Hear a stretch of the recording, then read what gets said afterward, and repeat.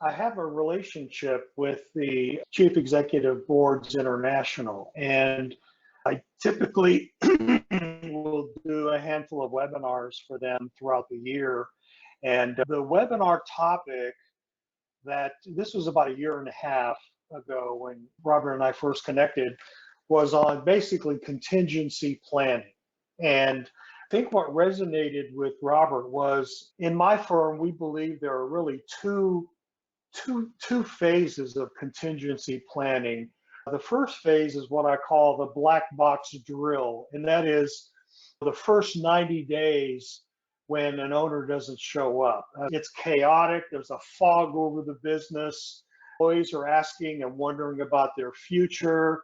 I've had a number of clients pass away in the work that I've done with them over the years, and I can tell you that after the casseroles cool off at the wake, people are confused and they're very concerned. Productivity goes down, marketing efforts get soft, and this initial contingency plan idea resonated with Robert, and that's how we began our conversation. And we completed that was our first engagement, is that we helped him through that initial 90-day contingency plan, which really, it's detailed. Where are the keys to the safe? What does that manager have to say to his crew? And what does that manager need to say? And what does that manager need to say? And then more importantly, there's an element of personal communication to Robert's wife and his family that we helped him through. It was basically a roadmap to assure everybody that, yeah, Robert's not here, but we got this. We're going to keep moving forward. And then the second phase, of course, is the traditional buy-sell planning, stock redemption planning, making adjustments to the operating agreement, and so on and so forth. So that's how we first got connected.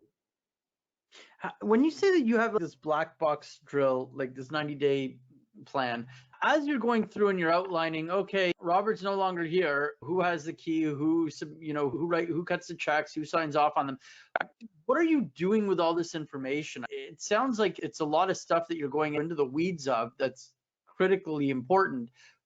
How are you documenting it? What are you doing with it? Well, go ahead, Robert. You can go ahead and answer that. You make a document and have all that information, and in the event of a situation, you have a few key people that can get access to that. And that's basically like a will, if you will.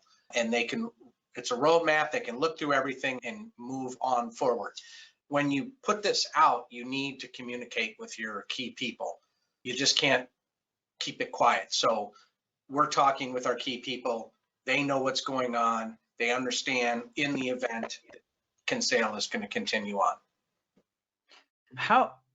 Doing all of that work and planning for it for the future obviously it's a contingency plan, it's risk mitigation.